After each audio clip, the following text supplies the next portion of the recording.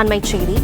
சென்னை குன்றத்தூரில் எலி மருந்து நெடியால் 2 குழந்தைகள் உயிரிழந்த விவகாரம் தொடர்பாக சம்பந்தப்பட்ட பெஸ்ட் கண்ட்ரோல் நிறுவனத்தின் உரிமத்தை ரத்து செய்து வேளாண் துறை அதிகாரிகள் உத்தரவு பிறப்பித்திருக்கின்றனர்.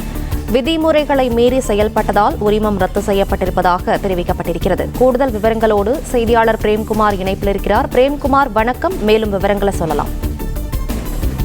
குன்றத்தூரில் தனியார் வங்கியில் மேலாளராக வசித்து வருவர் கிரிதரன். அவரது 2 தினங்களுக்கு முன்பு ஆன்லைன் மூலியமாக எலிமருந்து விவகாரத்தில் அந்த நிதி நிறுவனத்துக்கு சீல் வேளாண் துறை உத்தரவிட்டிருக்கிறது. அதாவது குறிப்பாக வீட்டில் எலிமருந்து வைத்து விவகாரத்தில் 2 குழந்தைகள் பலியான சம்பவம் எதிரொலியாக தனியார் பெஸ்ட் கண்ட்ரோல் நிறுவனத்தின் உரிமத்தை ரத்து செய்ய வேளாண் துறை உத்தரவிட்டிருக்கிறது.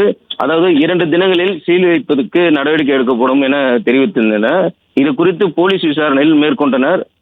வேளாண் அதிகாரியுடன் ஆலோசனை செய்த போது எலிமருந்து வீட்டுக்குள் வைத்த கூடாது, வெளிமருந்து வைக்கக்கூடாது எனவும் வெளியில் மட்டுமே வைக்க வேண்டும் என உத்தரவிட்டிருந்தனர். இந்த நிலையில விதிமுறைகளை மீறி செயல்பட்ட அந்த தனியார் நிறுவனத்தின் உரிமத்தை ரத்து செய்ய அம்பத்தூர் வேளாண் துறை அதிகாரிகள் உத்தரவிட்டிருந்தனர்.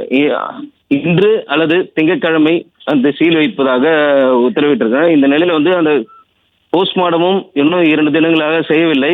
அந்த அதிர்ச்சியை ஏற்படுத்தியுள்ளது. அதாவது கிரிதரனும் பவித்ராவும் இன்னும் சிகிச்சை பெற்று வருகின்றனர்.